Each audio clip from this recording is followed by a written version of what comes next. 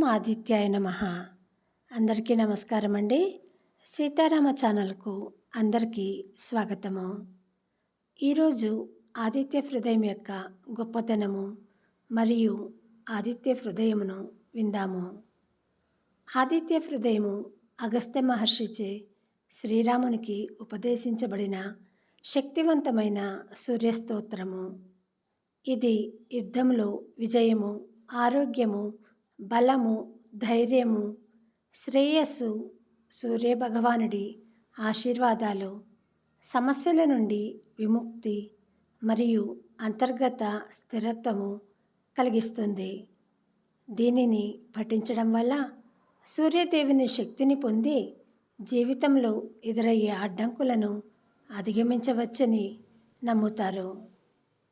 రావణునితో యుద్ధము చేయబోయే ముందు శ్రీరాముడు అలసిపోయినప్పుడు అగస్త్య మహర్షి ఈ స్తోత్రాన్ని ఉపదేశించారట. ఇది రామునికి అపారమైన శక్తిని ఇచ్చి విజయాన్ని చేకూర్చింది. సూర్యభగవానుడికి అంకితం చేయబడిన ఈ స్తోత్రము పఠించడం వల్ల శారీరక మరియు మానసిక బలము పెరుగుతుంది. నిత్య జీవితంలో ఎదురయ్యే కష్టాలు, సమస్యల నుండి ఉపశమనము లభిస్తుంది. ఆత్మవిశ్వాసం పెరిగి అంతర్గత స్థిరత్వము కలుగుతుంది. క్రమ పద్ధతిలో ఈ స్తోత్రమును పఠించినను లేదా వినినను ఊహించని మంచి ఫలితాలు వస్తాయి. అటువంటి అపారమైన శక్తిని ఇచ్చే ఆదిత్య హృదయమును విందాము రండి.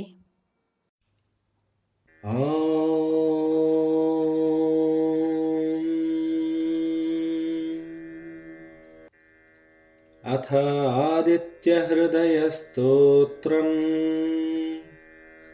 తతో యుద్ధపరిశ్రాంతం సమరే చింతయా స్థితం రావణం చాగ్రతో దృష్ట్వా యుద్ధాయ సముపస్థితం దైవతైశ్చ సమాగమ్య ద్రష్టుమభ్యాగతో రణం ఉపాగమ్యాబ్రవీద్రామమగస్త్యో భగవాన్ ఋషిః.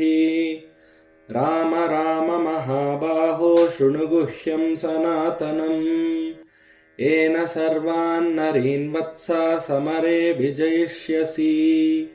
ఆదిత్య హృదయం పుణ్యం సర్వశత్రువినాశనం జయావహం జపేన్నిత్యం అక్షయం పరమం శుభం సర్వమంగళమాంగళ్యం సర్వపాపప్రణాశనం చింతాశోకప్రశమనం ఆయుర్వర్ధనముత్తమం రశ్మిమంతం సముద్యంతం దేవాసురనమస్కృతం పూజయస్వ వివస్వంతం భాస్కరం భువనేశ్వరం సర్వదేవాత్మకో హ్యేష తేజస్వీ రశ్మిభావనః ఏష దేవాసురగణాన్ లోకాన్ పాతి గభస్తిభిః ఏష బ్రహ్మా చ విష్ణుశ్చ శివస్కందః ప్రజాపతిః మహేంద్రో ధనదః కాలో యమః సోమో హ్యపాంపతిః పితరో వసవः సాధ్యా అశ్వినౌ మరుతో మనుః వాయుర్వహ్నిః ప్రజాప్రాణా ఋతుకర్తా ప్రభాకరः ఆదిత్యः సవితా సూర్యः ఖగः పూషా గభస్తిమాన్ సువర్ణः సదృశో భానుః స్వర్ణరేతా దివాకరः హరిదస్వः సహస్రార్చిः సప్త సప్తిర్మరీచిమాన్ తిమిరోన్మథనः శంభుస్త్వష్టా మార్తాండ అంశుమాన్ హిరణ్యగర్భः శిశిరస్తపనో భాస్కరో రవిః అగ్నిగర్భో అదితే పుత్రः శంఖः శిశిరనాశనः వ్యోమనాథస్థమో బేధీరుగ్యజుస్సామపారగः ఘనవృష్టిరపాం మిత్రో వింధ్యవీధీప్లవంగమः ఆతపీమండలీ మృత్యుః పింగళः సర్వతాపనः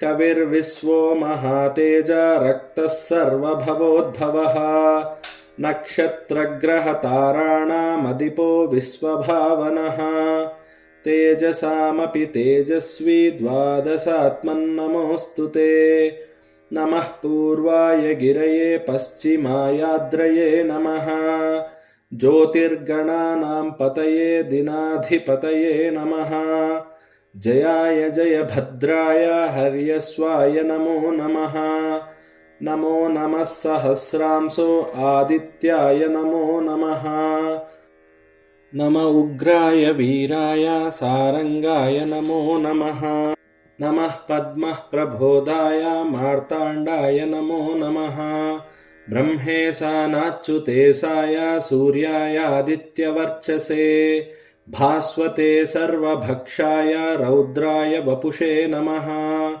तमोज्ञाय हिमज्ञाय शत्रुज्ञाय मितात्मने कृतज्ञज्ञाय देवाय ज्योतिषां पतये नमः तप्तचामीकराभाय वह्नये विश्वकर्मणे नमस्तमोभिनिज्ञाय रुचये लोकसाक्षिणे नाशयत्येष वैभूतं तदेव सृजति प्रभुः पायत्येष तपत्येष वर्षत्येष गभस्तिभिः एष सुप्तेषु जागर्ति भूतेषु परिनिष्ठितः एष चैवाग्निहोत्रं च फलं चैवाग्निहोत्रिणां वेदाश्चक्रतवश्चैव क्रतूनां फलमेव च यानि कृत्यानि लोकेषु सर्व एष रविः प्रभुः एनमापत्सु कृच्छेषु कान्तारेषु भयेषु च कीर्तयन् पुरुषः कश्चिन्नावसीदति राघवः